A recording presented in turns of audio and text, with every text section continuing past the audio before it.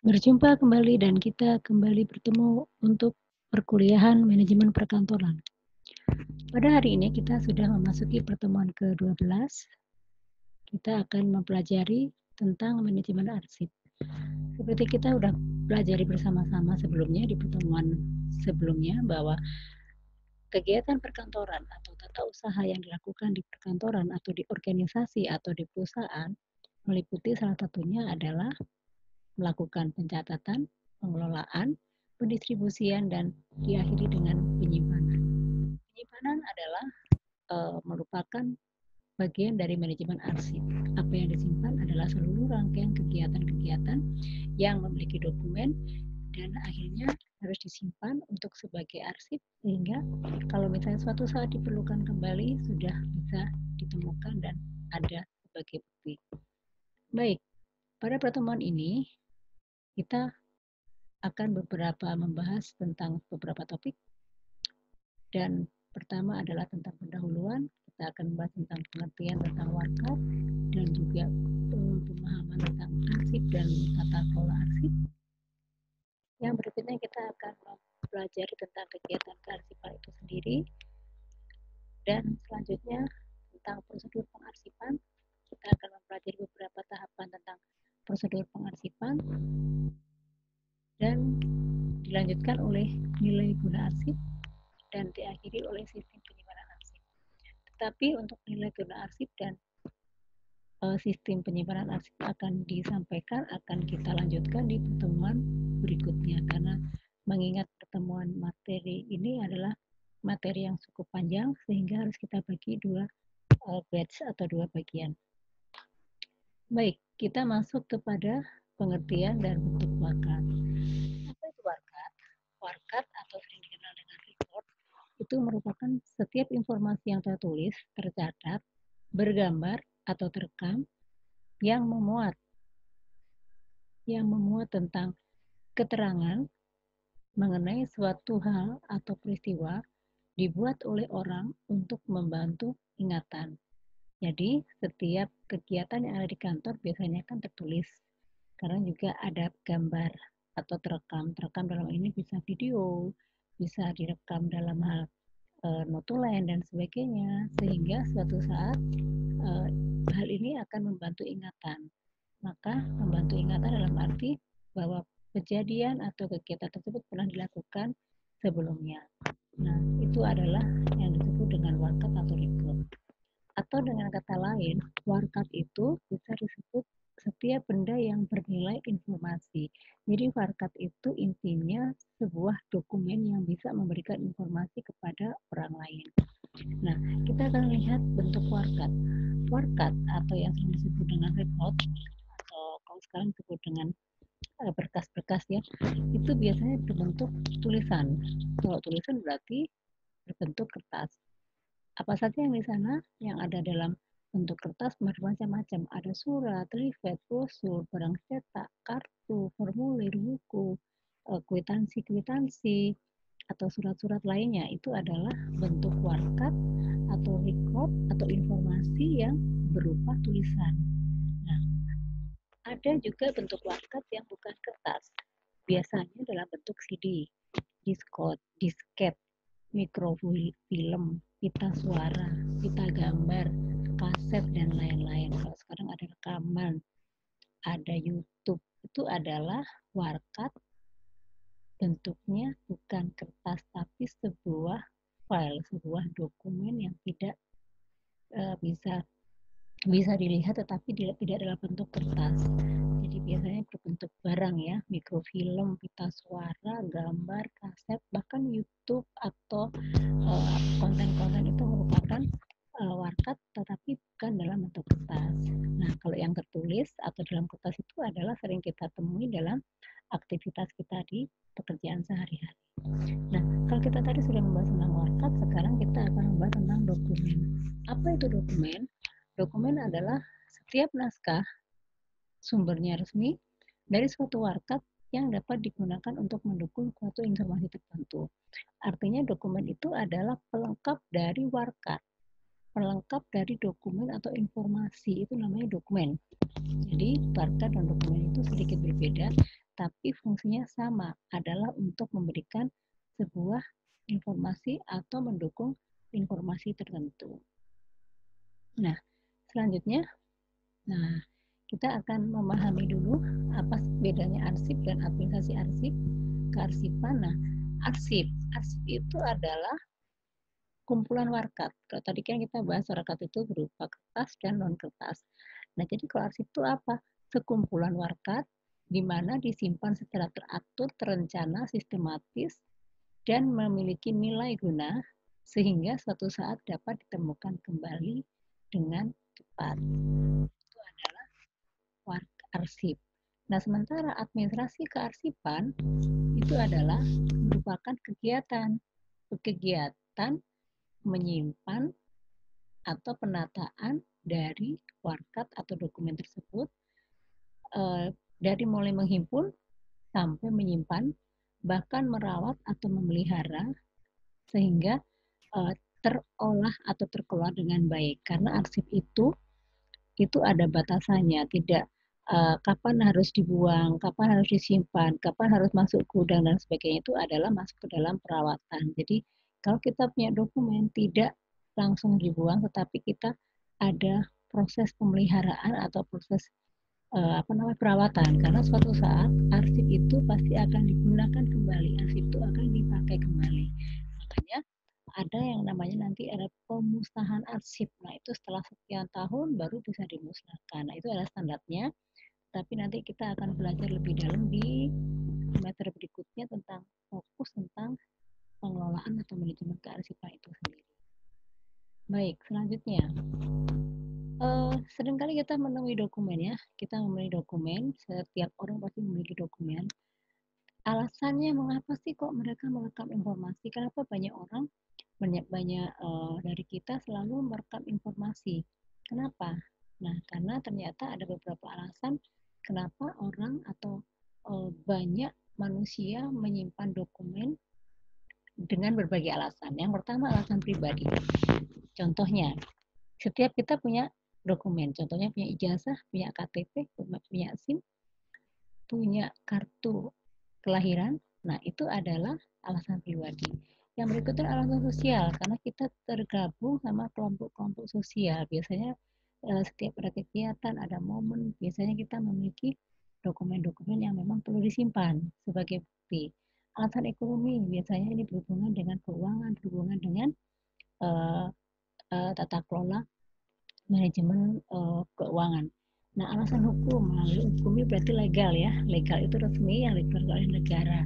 Mereka menyimpan karena dianggap penting, contohnya akta tanah, BPKB, surat nikah dan sebagainya, itu kan alasan hukum. Jadi itu alasan manusia atau orang itu merekam atau menyimpan informasi tersebut. Alasan instrumental itu biasanya berhubungan dengan seni ya, berhubungan dengan musik, video, pita dan sebagainya, pita film dan sebagainya. Tujuan simbolis, nah tujuan simbolis itu misalnya penghargaan, kita dapat piala, kita dapat medali, kita dapat sertifikat, itu adalah tujuan simbolis. Kita akan mengingat, sekali lagi, arsip itu kan pada akhirnya itu akan diingat, menjadi reminder, menjadi informasi yang akan diingat oleh banyak orang. Nah, yang terakhir adalah pengembangan ilmu pengetahuan. Nah, biasanya ini berhubungan dengan teknologi, berhubungan dengan penelitian. Nah, misalnya publikasi, penulis buku, itu kan pengembangan ilmu pengetahuan. Dan mereka punya dokumen, punya arsip yang mereka menjadi reminder sebagai pengingat bahwa seseorang pernah melakukan penulisan, pernah mencetak buku, dan pernah melakukan publikasi. Selanjutnya, kita akan mempelajari beberapa pengertian arsip menurut beberapa pakar dan kamus. Yang pertama, menurut Kamus Umum Bahasa Indonesia, ya ada 3 di Indonesia ya. Menurut Kamus Bahasa Indonesia, menurut Kamus Administrasi Perkantoran, dan menurut Kamus Arsip dari ANRI, Arsip Nasional Indonesia. Kalau menurut Kamus Bahasa Indonesia, arsip adalah simpanan surat-surat. Nah, berarti surat kan berarti kertas ya, dokumen atau warkat. Terus arsip itu juga bisa disebut sebagai informasi sebagai kumpulan surat yang mempunyai kepentingan bagi lembaga, organisasi, instansi, perseorangan, baik untuk masa kini maupun masa yang akan datang. Artinya bahwa dokumen tersebut akan dipakai saat ini, masa akan datang, dan itu namanya arsip yang tadi saya sampaikan di awal karena ada masanya, tidak bisa dokumen itu langsung dibuang, tapi ada masanya karena suatu saat akan digunakan atau dikeluarkan kembali. Nah, kalau penyimpanannya sendiri, menurut Kamus Bahasa Indonesia bahwa arsip itu disimpan dengan sistem tertentu agar mudah ditemukan kembali. Nah, itu menurut Kamus Bahasa Indonesia. Sementara menurut Kamus Administrasi Perkantoran, arsip adalah kumpulan warkat, hampir sama ya, satu kumpulan surat. Kalau yang administrasi perkantoran, kumpulan warkat yang disimpan secara teratur, berencana karena mempunyai suatu kegunaan agar setiap kali diperlukan dengan cepat ditemukan kembali. Artinya, kalau suatu saat kita butuh, berarti bisa ditemukan kembali. Satu. Yang kedua, warkat harus mempunyai kegunaan. Yang ketiga, disimpan secara teratur dan berencana. Hampir sama dengan Kamus Bahasa Indonesia. Nah, sekarang kita mau lihat arsip menurut ANRI. Ya, Arsip Nasional Republik Indonesia menyatakan bahwa arsip itu disebut sebagai informasi yang terekam, informasi terekam, tersimpan, yang dibuat atau diterima oleh organisasi perorangan dalam transaksi kegiatan atau tindakan sebagai bukti aktivitas yang memiliki nilai guna, disimpan dan dapat ditemukan kembali dengan cara tertentu saat dibutuhkan. Hampir sama, tetapi intinya semuanya bersifat informasi yang disimpan ya, tapi suatu saat bisa ditemukan kembali bila diperlukan. Itu menurut Kamus Bahasa Indonesia. Selanjutnya, ada pengertian arsip berdasarkan kata, berdasarkan asal-usul katanya. Jadi arsip itu berasal dari Belanda. Menurut Belanda, ilmuwan Belanda menyatakan bahwa arsip itu apa sih? Ternyata kalau menurut penemuan kata asalnya dari Belanda, arsip adalah tempat penyimpanan bahan arsip. Yang kedua, arsip itu adalah kumpulan dokumen yang teratur. Nah, sementara kalau menurut bahasa Inggris atau itu namanya file, kalau dalam bahasa Yunani namanya filum.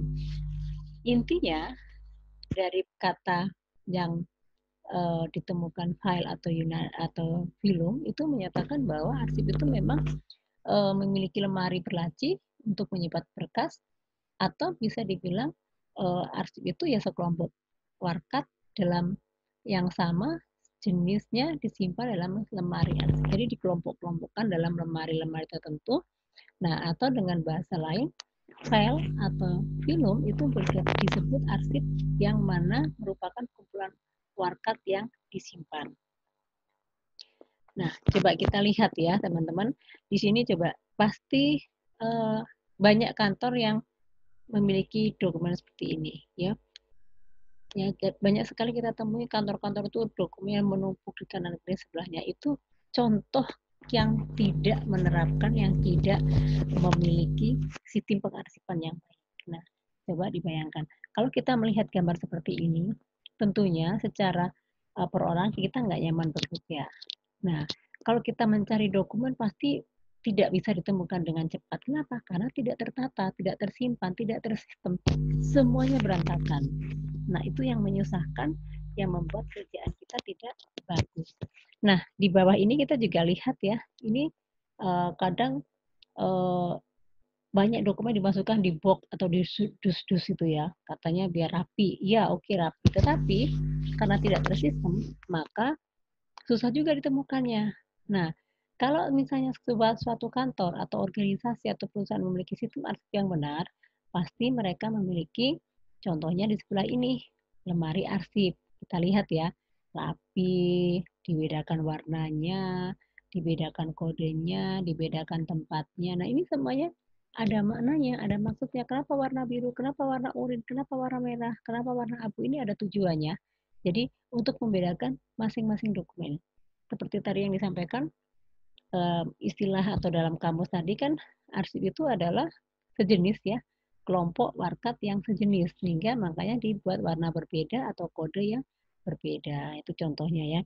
Nah, sekarang kita mau melihat klasifikasi arsip. Arsip itu sebetulnya ada dua, ya, ada arsip statis dan arsip dinamis. Arsip dinamis itu artinya yang setiap saat masih digunakan. dalam rentang waktu misalnya minimal 3 tahun. Tapi biasanya kalau arsip nasional itu, masa arsip itu umurnya 10 tahun. Nah, setelah 10 tahun baru bisa dimusnahkan, dibakar, dan sebagainya. Nah, kalau arsip statis itu arsip yang tidak digunakan setiap hari, tetapi akan disimpan, dia akan dipakai pada saat dia dibutuhkan. Contohnya surat tanah, akte tanah, akte kepemilikan tanah itu adalah statis karena dia ada tapi tidak digunakan untuk kegiatan aktivitas sehari-hari. Itu namanya arsip statis. Nah, sementara yang dinamis, namanya dinamis kan bergerak ya, artinya ya setiap saat digunakan. Makanya eh, supaya memudahkan orang bekerja ya harus memiliki sistem aktif yang benar ya. Nah, arsip dinamis sendiri itu dibedakan dua, aktif dan inaktif. Aktif itu artinya ya aktif aktif itu ya setiap saat digunakan terus itu. Nah, kalau yang inaktif itu hampir sama dengan statis tapi penggunaannya jarang sekali ya. Itu adalah pengklasifikasian arsip. Nah, sekarang kita mau lihat proses atau kegiatan dari kearsipan. Jadi ini bisa disebut sebagai siklus pengarsipan ya. Siklus itu adalah ada mulai, ada akhir dan nanti siklusnya seperti itu. Nah, coba kita lihat dalam kegiatan tata usaha. Kita ada kegiatan mencatat, ya kan, mengelola atau mendistribusi, digunakan, terus disimpan, penyusutan, balik lagi membuat lagi. Rutinitasnya kan seperti itu. Karena kita kan tahu di kantor itu rutinitasnya ya kegiatannya tiap hari mencatat, bikin surat, itu saja ya, semua bidang dari law sampai pimpinan pasti kegiatannya ada proses mencatat, ada proses pengelolaan, ada proses pendistribusian, penggunaan, penyimpanan, dan kembali ke proses awal lagi. Nah, ini ada prosesnya. Nah, kalau kita lihat seperti ini. Nah, pada proses eh, apa namanya? Proses pembuatan itu apa yang kita lakukan, apa yang kita buat, contohnya membuat surat, membuat email, mengisi formulir, membuat pamflet, membuat notulen, itu adalah proses membuat. Atau sebaliknya, proses menerima. Kalau kita menerima surat berarti kita harus mencatat. Kalau kita menerima email kita harus membayar, membalas. Kalau kita menerima fax ya kita harus memfollow up. Kalau kita memperoleh informasi lain ya kita teruskan ke mana yang membutuhkan dan sebagainya. Itu adalah proses pembuatan atau proses di awal. Nah, yang kedua, tadi kita lihat ada proses pendistribusian. Jadi setiap kegiatan, contohnya ya, kita membuat surat, ya, berarti kan bukan untuk diri kita sendiri kan, berarti akan diberikan kepada siapa yang berkebutuhan. Kita mengisi formulir bukan untuk kepentingan pribadi, tapi untuk siapa, dengan unit kerja siapa. Kita membuat notulen bukan untuk diri kita, notulen itu digunakan untuk atau diberikan untuk seluruh peserta rapat atau yang membutuhkan. Nah, begitu juga yang menerima surat. Kita menerima surat, kita mencatat. Itu kan bukan untuk kita, tapi untuk yang menerima surat. Kita menerima email, kita juga membalas, bukan untuk kita, tapi untuk orang lain. Nah, ini adalah nomor 2, kegiatan mendistribusikan itu adalah semua kegiatan yang dilakukan di awal ini akan didistribusikan kepada siapa yang membutuhkan.